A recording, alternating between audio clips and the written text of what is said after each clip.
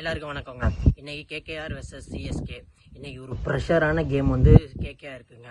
இனி வரையும் நம்ம சேனலை சப்ஸ்கிரைப் பண்ணாதவங்க சப்ஸ்கிரைப் பண்ணிவிடுங்க. கேகேஆர் 11 மேட்ச் விளாண்டு 11 பாயிண்ட்ஸில் இருக்காங்க. இன்னும் 3 மேட்ச் ஜெயிச்சா 17 பாயிண்ட் வந்துருவாங்க. அவங்களுக்கு பிளே ஆஃப்க்கு சான்ஸ் இருக்கும். எப்படின்னா 18 தான் பிளே ஆஃப்க்கு சான்ஸ், பட் 17 வந்தால் ரொம்ப நல்லாயிருக்கும். ஆனால் கேகேஆர் வந்து 17 வருமா என்னன்னு தெரில. ஏன்னா அடுத்த 3 மேட்சஸுமே செம்ம டஃப்பான மேட்சஸ்ஸு.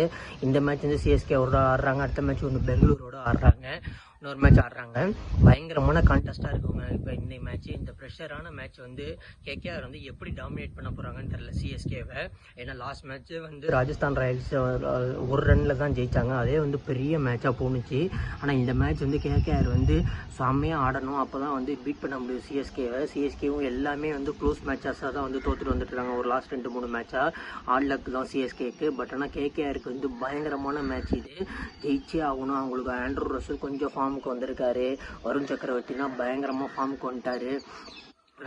ஆண்ட்ரூ ரசல் பயங்கர ஃபார்மில் இருக்கார். சுனில் நரைனும் நல்ல ஃபார்மில் இருக்காருங்க. இந்த மேட்ச் வந்து நல்ல மேட்ச். அதுவும் இந்த மேட்ச் வந்து கொல்கட்டாவில் நடக்குது.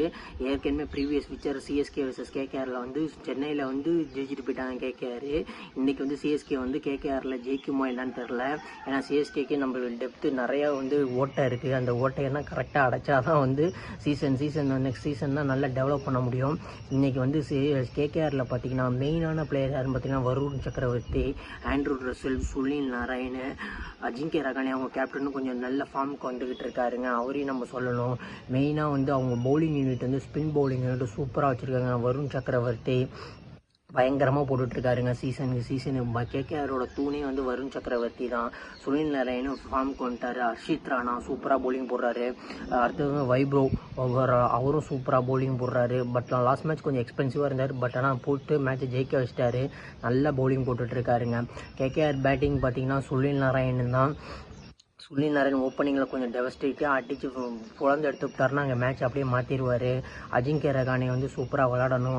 அங்குல் ரகுவஞ்சி சூப்பராக பேட்டிங் ஆடிட்டு வந்துட்டுருக்காருங்க. அப்புறம் பார்த்திங்கன்னா ஆண்ட்ரூ ரசல் அவரும் ஃபார்முக்கு வந்துட்டாருன்னா பயங்கரமாக இருக்கும் டீமு. பார்க்கலாம் இன்றைக்கி எப்படி கேகேஆர் பேட்டிங் ஆடுறாங்கன்ட்டு. அடுத்து சிஎஸ்கே பாயிண்ட் ஆஃப் வியூ பார்த்திங்கன்னா சிஎஸ்கேயில் வந்து ஆயுஷ் மாத்ரே பயங்கரமாக ஆடிட்டு வந்துட்டுருக்காரு. லாஸ்ட் மேட்ச் முடிஞ்சாலும் ஒரு இன்டர்வியூ கொடுத்துருந்தாரு, பயங்கரமாக இருந்துச்சு. நெக்ஸ்ட் மேட்ச் வந்து நான் நின்று ஃபுல்லாக டீமுக்கு வந்து முடிச்சு கொடுப்பேன்ட்டு. இந்த 17 வயசுலேயே வந்து எவ்வளோ கான்ஃபிடென்ட்டாக பேசுகிறாரு, எவ்வளோ டேலண்ட்டாக பேசுகிறாரு பாருங்க, மெச்சூர்டாக பேசுகிறாரு. கண்டிப்பாக இன்றைக்கி மேட்ச் வந்து சிஎஸ்கேக்கு முடிச்சு கொடுப்பேன்னு சொல்லியிருக்காரு. பார்க்கலாம் அவர் எப்படி ஆயுஷ் மாத்ரே வந்து எப்படி விளாட்றாருன்ட்டு. ரவீந்திர ஜடேஜா பேக் டு ஃபார்முங்க, சூப்பராக ஆடினார். லாஸ்ட் மேட்ச்சு பெங்களூரோட செம்மையாக ஆடினார். ஒரு பயங்கரமான இன்னிங்ஸ் ஆடினாருங்க. சாம் கரன் மறுபடியும் ஃபெயிலியர் ஆகிட்டார். எம்எஸ் தோனி வந்து நான் தான் ப்ளேம் எடுத்துக்கிறேன்னு சொல்லிட்டார். Last match தோற்றதுக்கு பெங்களூரோட. அவர் எவ்வளோ மேட்ச் சிஎஸ்கேக்கு முடிச்சு கொடுத்துருக்காரு. அதனால் இந்த மேட்ச்சு கண்டிப்பாக வரணும் ஒன்றுமே சொல்ல முடியாதுங்க. வேறு மற்றபடி பார்த்திங்கன்னா அந்த ஓப்பனர் வந்து இன்னொரு ஷஹீல் ரஷீத் அவர் எடுத்துடலாம். வேறு யாராச்சும் ட்ரை பண்ணி பார்க்கலாம். ஆண்ட்ரூ சித்தார்த்தனையாச்சும் ட்ரை பண்ணி பார்க்கலாம். அவருக்கு வந்து கொஞ்சம் ஏகப்பட்ட சான்ஸ் கொடுத்தாச்சு. வேறு ஒரு பேட்ஸ்மேனுக்கு வந்து சான்ஸ் கொடுத்த ஆண்ட்ரூ சித்தார்த்தெல்லாம் ட்ரை பண்ணி பாருங்கள். அவரும் நல்லா விளையாடக்கூடிய பிளேயர் தான். சிஎஸ்கே பவுலிங் பாயிண்ட் ஆஃப் வியூவில் பத்திரனாவுக்கு ஒரு ரெஸ்ட்டு கொடுத்துடலாம். நெத்தன் எல்எஸை கொண்டு வரலாம். ஏன்னா நெத்தன் எல்எஸ் வந்து ஒரு நல்ல பிளேயரு, டெவஸ்டேட்டிங் டெத் பவுலிங் போடக்கூடிய பிளேயரு. நெத்தன் எல்எஸ் நல்லா பவுலிங் போடுவார். நெத்தன் எல்எஸ் வந்து நல்ல டெப்த் கொண்டு வரல, நல்ல பிளேயருங்க. அவர் சூப்பராக பவுலிங் போடுவார். வாட்ச் அவுட் பிளேயராக இருப்பார் டெப்த் ஓவர்ஸ்லாம். ஏன்னா ஆஸ்திரேலியா ஸ்பெஷலிஸ்ட் டெப்த் ஓவர் நெத்தன் எல்எஸ் தான். பார்க்கலாம் என்ன பண்ண போகிறாங்க. அடுத்தது வந்து கலீல் அகமது தான் பவுலிங் சூப்பராக போடுறாரு. கம்போஜ் வந்து கொடுத்த எக்ஸ்பெக்டேஷன் வந்து இன்னும் எதுவும் சரியாக பண்ணலை. அதனால் என்ன பண்ண போகிறாங்கன்னு தெரில. ஒருவேளை அஸ்வினே கொண்டு வருவாங்களா என்னன்னு தெரியலங்க.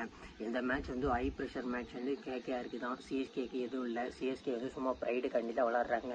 கேகேஆர் இந்த மேட்ச் வந்து ஜெயிச்சாலும் வந்து குவாலிஃபை ஆகிறதுக்கு ஒரு சான்ஸ் கிடைக்கும். இன்றைக்கி தோற்றுட்டாங்கன்னா கேகேஆரும் எலிமினேட் ஆயிடுவாங்க ஐபிஎல்லை விட்டு 2025 விட்டு. பார்க்கலாம் எப்படி போகுதுன்ட்டு. இந்த மேட்ச் அதிக சான்ஸ் வந்து கேகேஆருக்கு தான் இருக்குது. ஏன்னா ஹோம் அட்வான்டேஜ். எப்படி வேணால் போகலாம், பார்க்கலாம்.